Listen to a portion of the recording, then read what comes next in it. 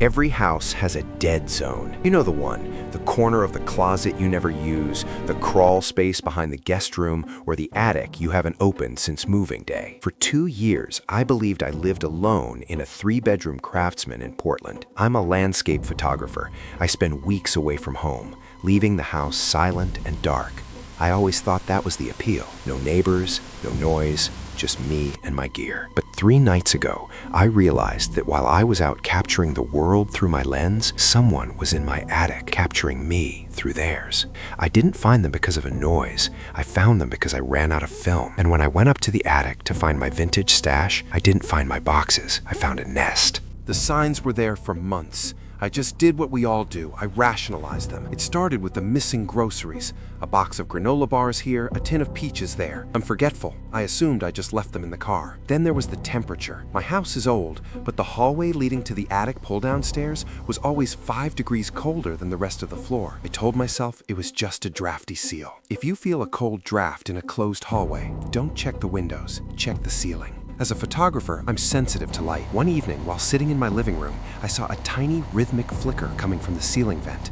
It looked like the status light of a charging battery. Blue. Steady. I poked at it with a broom handle and the light went dark. I figured it was a weird reflection from the street lamps. I was so wrong. It wasn't a reflection. It was a recording indicator. The Sterling house was built in the 20s. The attic is a massive, unfinished cavern of cedar and dust. I only went up there once when I moved in. It was too cramped, too hot, and frankly, it gave me the creeps. I preferred the basement for my darkroom. I thought the attic was a tomb for old insulation. I had no idea it had become a bedroom. The rain was heavy on Tuesday night. That thick Pacific Northwest rain that drowns out every other sound. I was packing for a shoot in the Cascades when I realized I'd left my heavy-duty tripod and a crate of 35mm film in the attic rafters. I pulled the cord. The wooden ladder climbed down, releasing a cloud of dust. But as I climbed, the air didn't smell like old wood. It smelled like tinned meat and unwashed skin. I reached the top and clicked on my flashlight. The beam cut through the dark, and my heart dropped into my stomach. In the far corner, under the eaves where the moonlight streaked through a small, cracked window, sat a nest. A worn, grime-streaked sleeping bag was laid out neatly on the floorboards. Next to it was a mountain of empty vintage food tins. The labels were from brands that haven't been in stores for a decade. But that wasn't the worst part. The worst part was the crate. Sitting on an old milk crate, perfectly organized, were 5 professional-grade long-range camera lenses. My lenses. Lenses I thought I'd lost in a move 3 years ago. Next to them were dozens of rolls of film, all used, all labeled with dates.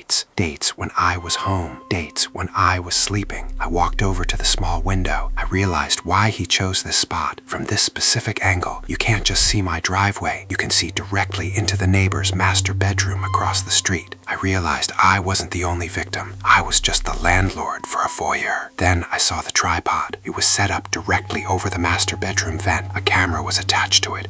Its lens pointed straight down into my own bed. I reached out to touch the camera. It was warm. I didn't call out. I didn't move. I stood in the dust, the moonlight hitting the crates of film, and realized that if the camera was warm, he hadn't left long ago. I heard a soft thud from the roof above me. He wasn't in the house. He was on the shingles, probably watching the police sirens from a distance, or waiting for me to leave again. I scrambled down the ladder, locked the attic hatch with a heavy padlock I kept in the garage, and called the cops. They arrived in 6 minutes. They went up with K9 units. They found the sleeping bag, the food, and the lenses, but the attic was empty. He's gone, the officer told me. He must have slipped out the roof hatch when he heard you on the ladder. I spent the next 2 days at a friend's place. I felt safe. I felt like the nightmare was over. I went back to the house yesterday to begin moving my things out. I went into the dark room in my basement to pack up my chemicals. I noticed a single roll of film sitting on my development tray. It wasn't mine. It was labeled The Final Act. I developed it. My hands were shaking so hard I nearly ruined the negatives. There was only one photo on the roll. It was a picture taken from inside the darkroom, behind the black curtain, while I was standing there developing the film. In the photo, I am looking down at the tray, focused, and in the reflection of the silver tray, you can see a pair of eyes peering out from the narrow gap in the ceiling tiles. He never left through the roof. He just moved to the floorboards.